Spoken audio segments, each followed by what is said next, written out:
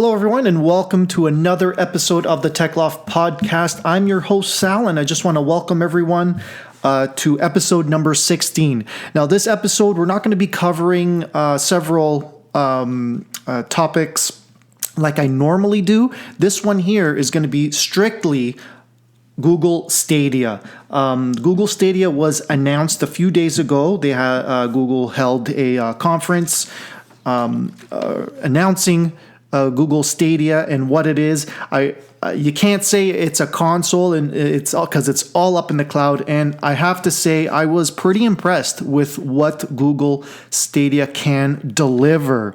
So I've watched the conference. And I'm just going to share some notes that I made here, some important things that really impressed me from from what I seen. So the thing is that this isn't going to be a platform where you're going to be playing mobile device games, those cheap games that you can get on your phone for free and then pay to continue playing and all that. It's nothing like that at all. It actually is going to bring you AAA game titles, and it's going to bring it to you to any Chrome device. And like I said before, there is no console. It's just delivered through your Chrome browser, so you can play on any screen: desktop, laptop, tablet, on a TV connected with a Google Chromecast. Okay, this is how impressive it is. Now, being able to play on multiple devices, okay, that's pretty neat. But the fact that it's going to deliver 4K video quality is impressive, and none of the calculations, computations, all that graphic and all that crunching is not going to be done locally on your computer. It's going to be all done on the Google's data centers that are all over the world, and it's quite impressive. So, for a little bit of history on this, they started beta testing, or they've always been doing this cloud computing, but they started testing this Project Stream in 2018, and they were able to deliver, Google was able to deliver to the testers 1080p quality, 60 frames per second, and stereo sound. When Stadia will be launched this year, and I believe hopefully this summer, they didn't exactly give us an exact date, but they said it is launching 2019. You will experience 4K 60 frames per second HDR surround sound quality. Okay, and what's coming in the future is 8K 120 frames per second all through the cloud, and you don't even need a high-end gaming computer or laptop, anything like that, desktop. You don't need anything like that. They tested running this Project Stream Stadia on 5 different devices: a laptop, a cheap, inexpensive desktop, a mobile phone, a tablet, a TV. They all experienced the same quality, same fast gameplay. And what's neat about this is that if you pick up a game at home on your TV, and you pause it, let's say you're out and you're waiting somewhere, you can pick up exactly where you left off on another device. And they demonstrated this on stage, where they went through each device, continuing one after the other. Very impressive. And again, just getting that kind of gaming quality is just amazing. Now, on top of you playing that game in 4K and all that, they said that there's a second 4K stream to share to YouTube, and that is a stream that is delivered from the data center as well. So this is very cool. They said that multiplayer games now, there's going to be very minimal lag, because all the multiplayer, everything that's multiplayer is done in the data center. You're basically just looking through a window and everything is like virtually, it doesn't matter what kind of internet connection you have. I'm going to be careful what I say here, because in order to download and play everything instantly, you're going to need a very good internet connection to your home or wherever you're going to be playing this stuff. So it's going to be very important that the thing you will need, you can have a crappy computer, but you will need a very good internet connection, so you can transfer all this information down to your computer and up as well, especially for multiplayer and all that stuff. Now, while I was listening, they said that you are able to play a game within 5 seconds. So, as an example, if you watched a game trailer on YouTube, there would be a link that would pretty much say, play this game right now. And you would be able to click that link, and within 5 seconds, you've got the game instantly loading onto your computer. No waiting to download. There's no patches. It just starts pretty much instantly. That's how quick they can deliver a game to you. And in terms of controllers, you can use any controller you want, your keyboard, mouse, your gaming controller from other consoles. That will all work, but there will be a dedicated Stadia controller. And what's different about this controller versus other things is mainly, number one, it connects through Wi-Fi directly to the game running in the data center. Okay, so it's not connected to your computer. Now I'm talking about the Stadia controller here. It's not linked by Bluetooth or Wi-Fi to your computer. Wirelessly. It's connected through the internet right to the data center, right where your game is playing. And the Stadia controller also has a Google Assistant button, which you can press. And let's say, for example, you're stuck on a level and you'd want to get a walkthrough. You can press that button, ask the Google Assistant for a gameplay on how to get through that certain level. It'll pull up that YouTube video of the walkthrough over top your gameplay, and then you can return right away and play the game and complete the level.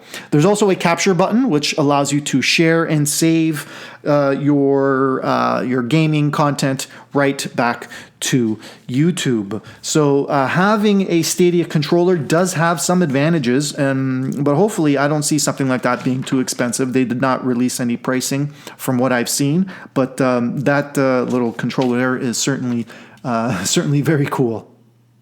Now, in terms of the hardware that's required to do all this kind of magic, and Google has worked with AMD to develop a custom GPU, and the specs here they seem pretty powerful.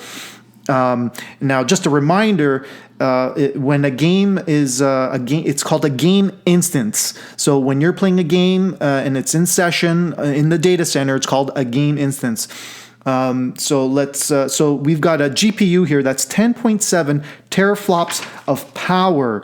Now they've compared it to the PS4 and the PS4 Pro and the Xbox One